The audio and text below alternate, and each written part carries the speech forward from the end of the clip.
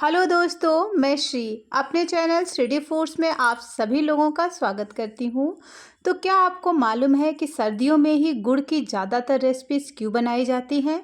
वो इसलिए क्योंकि गुड़ का तासीर जो होता है वो गर्म होता है, इसलिए वो हमारे शरीर में गर्माहट को बनाए रखता है।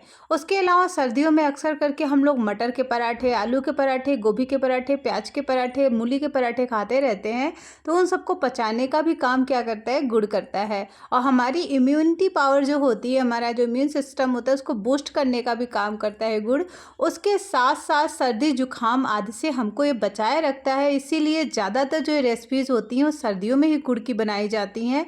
जैसे मकर संक्रांति पर आप सभी लोगों ने देखा होगा कि मकर संक्रांति पर ज़्यादातर गुड़ की ही ज़्यादातर जो रेसिपीज़ होती है वो बनाई जाती है। तो आज मैं आप लोगों के साथ गुड़ की बहुत ज़्यादा डिलीशियस रेसिपी शेयर करने जा रही हूँ। तो जितना आपको गुड़ लेना है उतना ही आपको ले लेना है मैदा। उसके साथ साथ आपको लेना है जो सफ़ेद वाला तिल है, ये भी बहुत ज़्यादा फ़ायदेमंद होता है। सौंफ आप ले लीजिए, घी लेना है और थोड़ा सा आपको लेना है बेसन। बहुत ज़्यादा नहीं लेना है, बहुत ही थोड़ा सा आपको बेसन लेना है। फिर हमें एक मिक्सिंग बाउल लेना है, यानी कोई भी बड़ा बर्तन लेना है, उसमें डालना है मैदा, बेसन। बेसन की क्वांटिटी मैदे की मतलब एकदम चौथाई पार्ट होना चाहिए, बहुत ही थोड़ा सा बेसन आपको डालना है। उसके साथ साथ इसमें डालना है सफ़ेद तिल और सौंफ, और आपको घी डाल के अच्छे से इसमें मिक्स कर देना है। सफ़ेद तिल भी ठंडियों में हम लोग अक्सर देते हैं कि जब भी हम लोग कोई रेसिपीज़ बनाते हैं, जैसे कि लड्डू कोई बनाते हैं, कुछ बनाते हैं, तो ज़्यादातर या फिर पट्टी वगैरह जमाते हैं तो उसमें सफ़ेद तिल का प्रयोग किया जाता है। तो सफ़ेद तिल भी जो होता है वो हमारी बॉडी को अंदर से गर्म रखता है, और उसके साथ साथ उसमें बहुत ही ज़्यादा मतलब हमारे इम्यून पावर को बूस्ट करने की उसमें बहुत ज़्यादा क्षमता होती है। तो आपको क्या करना है, आपको इस आटे को अच्छे से मारना है। मारने के लिए आपको बिल्कुल भी कंजूसी नहीं करनी है, लेकिन ये बिल्कुल टाइट होना चाहिए और अच्छे से इसको करना है ताकि मॉइस्चर इसका सब जगह पहुंच जाए। उसके बाद इस तरह से बॉल बना के 10 मिनट तक इसके रेस्ट के लिए रख देना है।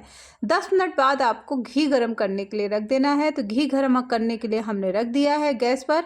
अब हम जो हमारा आटा है उसको हम 2 पार्ट में डिवाइड कर लेंगे। तो ये जो हमारा आटा है इसको हम 2 पार्ट में डिवाइड कर लेंगे। इसकी बड़ी सी रोटी हमको बनाकर रेडी करनी है, जैसे कि हम लोग नमक पारा जब बनाते हैं या कोई शक्कर पारा वगैरह बनाते हैं, तो उसी तरह से हमको इसकी बड़ी सी रोटी बनाकर रेडी करनी है। तो इसकी बड़ी सी मोटी सी आपको रोटी बना लेनी है। इसके लिए आपको किसी भी आटे या सूखे आटे का प्रयोग नहीं करना है, थोड़ा सा घी लगाकर ही इसकी रोटी बनानी है। क्योंकि आटा और जो सूखा आटा वगैरह होता है या मैदा वगैरह होता है ना, तो वो हमारे घी को क्या कर देता है, काला कर देता है।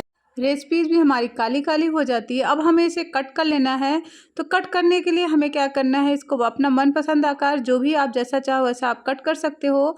लेकिन जो मार्केट में हमें ये गुड़ पारा मिलता है ना, तो उसमें यही वाला आकार होता है ज़्यादातर में। तो इसलिए मैंने सारे के सारे इसी प्रकार इसी आकार में कट कर लिया है। हमारा घी भी गर्म हो गया है। तो अब जितना हमने कट करके रखा था वो हम इसमें डाल देंगे और डाल के तलना स्टार्ट करेंगे। लेकिन तलने के लिए इसकी ट्रिक ये है कि आपको कभी भी इस पे आँच को आपको तेज़ नहीं करनी है।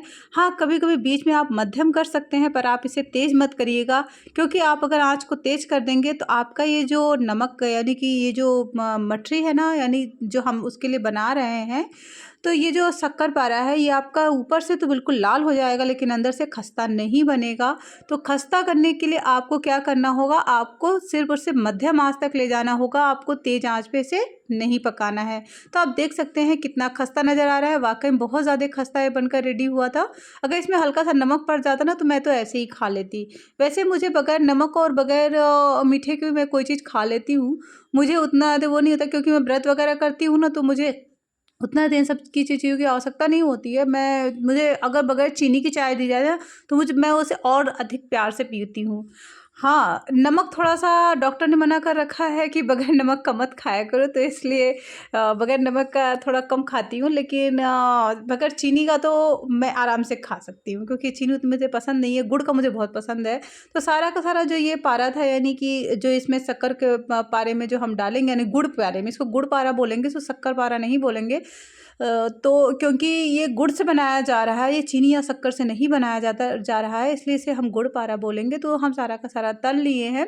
उसके बाद से हम गुड़ की चाशनी तैयार करेंगे। तो गुड़ की चाशनी बनाना सबसे ज़्यादा टफ काम होता है, क्योंकि गुड़ की चाशनी क्या होती है ना कि इसको बनाने के लिए सभी लोग कहते हैं कि आराम से मतलब ये बन जाएगा, लेकिन इसको बनाने के लिए जो पानी की मात्रा चाहिए, जो गुड़ चाहिए, वो किसी को नहीं मालूम। तो यह ध्यान रखिएगा कि आधा किलो के लगभग मेरा गुड़ है और उसमें मैंने सिर्फ़ और सिर्फ़ मुश्किल से आधा कप के लगभग पानी ऐड किया है, उससे ज़्यादा नहीं। यानी जितने हमारा गुड़ अच्छे से पिघल जाए, यानी जितने में अच्छे से हमारा गुड़ पिघल जाए उतना ही हमको चाहिए। तो देखिए हमारा गुड़ अच्छे से पिघल गया है, ये देख सकते हैं आप। और ये गुड़ पिघलते ही ना धीरे-धीरे चाशनी के रूप में परिवर्तित होना स्टार्ट हो जाता है, क्योंकि इसमें पानी कम पड़ता है ना।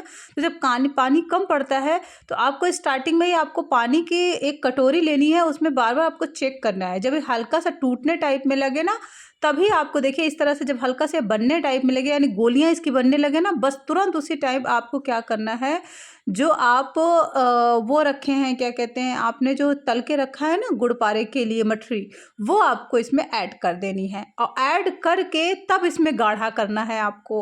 और आपको तब तक इसको इसमें चलाना है जब तक कि अच्छे से जो हमारा जो हमने नमक पारा यानी शक्कर पारे जो भी आप इसको बोले, जो बेसन का हमने मठरी तल के रखा हुआ है, ये और गुड़ जो हमारा जो गुड़ की चाशनी है, ये अच्छे से आपस में मिल न जाए तब तक हमको इसको चलाते रहना है। क्योंकि अगर आप इसको चलाएंगे नहीं तो अच्छे से सारी की सारी जो हमारी मठरियाँ हैं उसके ऊपर ये कोड नहीं होगा, और ये कोड नहीं होगा तो अच्छे से इसका टेस्ट नहीं अच्छा आएगा।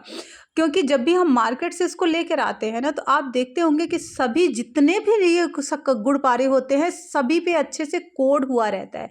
कोड इसीलिए हुआ रहता है क्योंकि इसको अच्छे से इसमें डाल के चलाया जाता है, इसकी ये ट्रिक है। तो आप लोग आसानी से अब घर पे कोई भी आप लोग मठरी और ये गुड़ पारे आप कुछ भी बना सकते हो।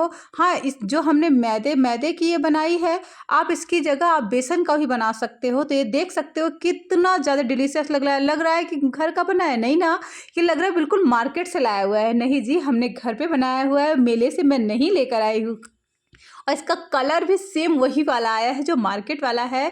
तो आप लोग भी अपने घर पर गुड़ की ऐसी ही टेस्टी और हेल्दी रेसिपीज़ बनाइए, खाइए। हमारे चैनल को लाइक, सब्सक्राइब और शेयर ज़रूर करिएगा।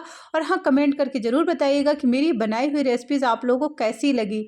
और अगर अच्छी लगी है तो आप लोग प्लीज़ इसे शेयर ज़रूर करिएगा।